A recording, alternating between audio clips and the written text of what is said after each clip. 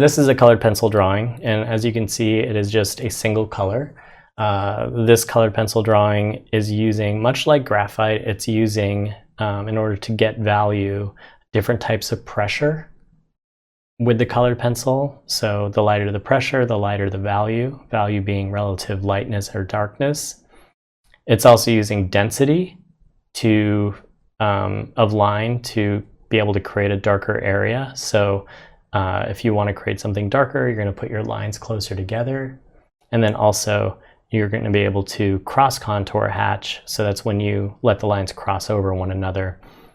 This one's got some, it's kind of more dealing with like planar features, I would say, less curvature, more thinking about the planes, but optically it kind of still gives you that cross contour look. So let's take a look at some other ways of doing this. Oof. So here are a couple of other ways of doing it. I'm going to stop this down just a little bit so you can see the colors a little bit better. Okay, so with this case, we're using two colors. And we're using two colors that are kind of in the same family. So in this way, we're using kind of a greenish blue. And I don't know if you can really see this, but there's a blue, a really light kind of periwinkle blue. And we're using the sort of greenish blue to be all of our dark areas and kind of using it more in the shadow area. And then we're using that lighter blue to be more of the color that we use in the lighter areas. And with this drawing, very similar, except we're using kind of a purplish, reddish, it's kind of a earthy red, to be honest with you. And then we're using like a really light violet color. Again, same principle, using the lighter color for the lighter areas, and the darker color for the darker areas. And then actually in this particular case, I've got a layer of that lighter color, and then I've got a layer of the darker color, and that actually gives me almost a totally different color when I combine them together. And so that'll give me a darker value. So this is another way of kind of going about using colored pencils.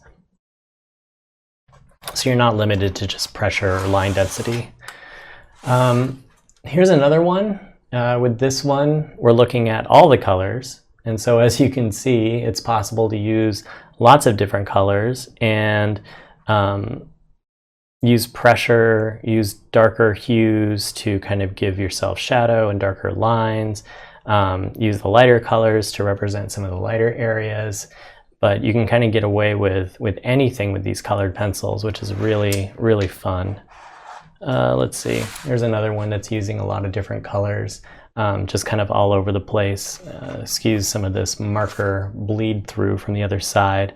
But again, just like really emphasizing the line, being able to use some of these darker hues like this red and like this blue to cross over and create darker areas of value. And I think what you'll notice when we do this exercise is that we also use, that technique of using lines that are further apart so that more white can show through for some of the lighter areas. And this is another way of kind of doing cross contour, which is almost like shading. It's a little difficult to see, but these are a bunch of really, really tight lines that are really trying to use pressure to create the form. Lots of cross contouring happening here, but just with a sort of a much subtler feel to the lines, a much subtler pressure. And we're using red for sort of the middle value. We're using orange for some of these highlighted values. And we're using red and blue in the hair to give ourselves like a totally different kind of color, something to differentiate this from the skin tone. So instead of something like this, where everything is kind of almost monochromatic, right? We don't really have much of a distinction between the color of her hair and her skin.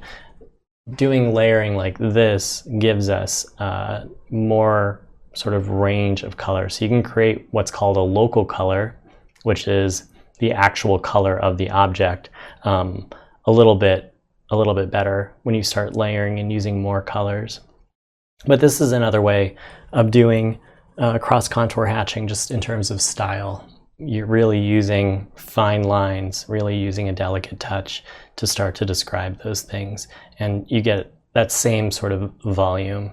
Again, the same idea, darker values of hue, because some hues, some colors are just inherently darker, with lighter values of hues for some of the lighter areas. But as you can see in this one, my cross contour and my contour hatching is a lot less dense, so you can see the line work a lot better. And again, with this technique, you can do a lot in terms of using line density in order to create visual interest. So in this particular case, I would say that the subject matter, which is the portrait, is really almost equally about the line or mark making. So you can kind of push it lots of different ways. You can push it with lots of different colors. You're not limited to anything.